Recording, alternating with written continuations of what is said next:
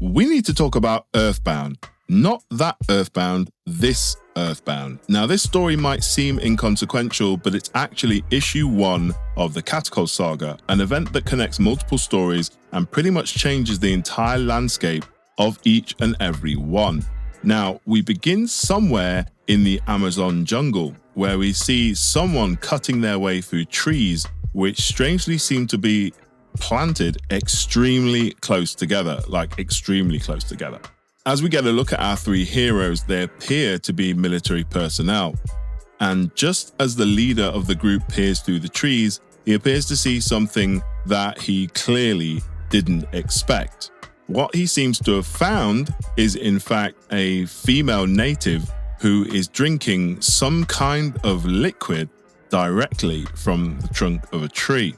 When she sees him, she turns and greets him in her native language. The soldier approaches her, laying down his equipment and sheathing his weapon, before, unable to speak her language, he attempts to communicate with her. Now, it's at this point that the story becomes a little bit strange, as she invites him to drink the liquid, and of course he does, getting this nectar on his face, which she then wipes off and tastes.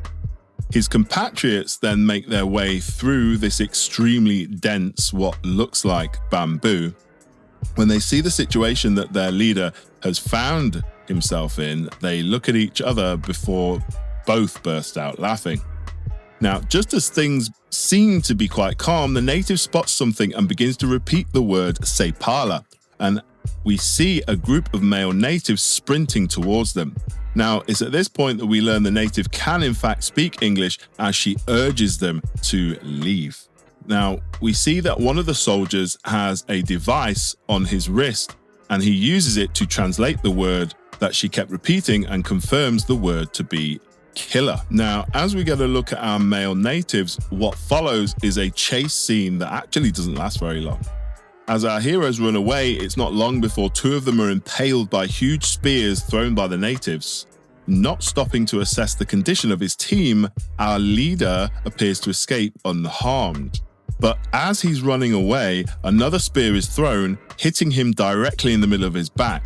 But to the surprise of both him and the natives, the spear tip breaks and explodes on impact as the soldier hurls himself through the jungle. Unable to slow his momentum, the soldier slides and skids, eventually falling off the edge of a ravine of sorts and tumbling into a deep fissure or cave that seems to be under the ground. In the next scene, we see our hero's fate as he appears impaled on a huge spike protruding from the ground. Unable to move and in a critical condition, he appears to be losing consciousness. But before his eyes close, he sees a giant paw of some sort of animal step before him. What we now see is a tiger sniffs the man's head before he opens his jaws and lifts the man off the spike and proceeds to carry him down a dark tunnel, leaving a trail behind him. Now, the next scene is slightly obscure as we see what could be a monk or hermit sitting atop a huge column in some kind of stone structure. Suddenly, we find ourselves on the planet of Thulm, with what appears to be the indigenous species as they race into battle holding some kind of guns and some ridiculously dangerous spiked weapons. We see 3 of the aliens at the front of the group holding 2 very different weapons, one of which appears to use some kind of technology or magic to attach to some kind of orb.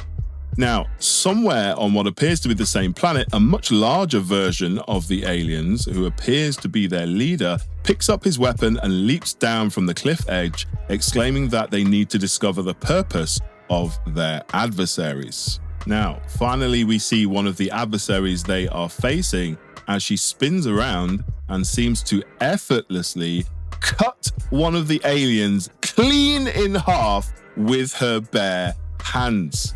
As she continues cutting her way through aliens, the battle pauses for a moment as her and the man she is with sense that something or someone is approaching them. While everyone remains still, we see a carpet of bodies that the girl has laid waste to as the aliens look up in shock as it appears their leader is about to join the fight. As we get a look at the scale of their leader, who is twice the size of the other aliens, he approaches his adversaries, proclaiming that the battle must end and asks them why they are attacking his people. It's then that we find out that one of the adversaries is searching for a very powerful warrior who had murked his master, who evidently must have been a traveler from another planet. Upon hearing that, the huge alien turns to the girl and asks for her story, and she proceeds to scream in his face. Losing her patience, she asks him if he is the strongest of his kind or not. The huge alien explains that the strongest among them may actually be hard to find, to which the girl responds, giving them 2 days to find him, promising to destroy them all if they don't. Now, on the next few pages of this story, we learn about past and coming events that tie this story together and set up what promises to be a conflict that not only takes us across the universe, but introduces us to powers way beyond what we've witnessed in this first issue. I'm not going to spoil that for you here and now, but if you want to learn more about the Catacol and the Earthbound series, you can head over to the website and read the story online for free. You can also read other stories and access all first issues and chapters for free. If you'd like to support the author and make it possible for me to continue writing my stories, you can subscribe to this channel and subscribe on the website to get unlimited access to all of my stories, past, present, and future. I hope you enjoy Earthbound, one of many stories that I'll be introducing to you here, and I will see you in the next video.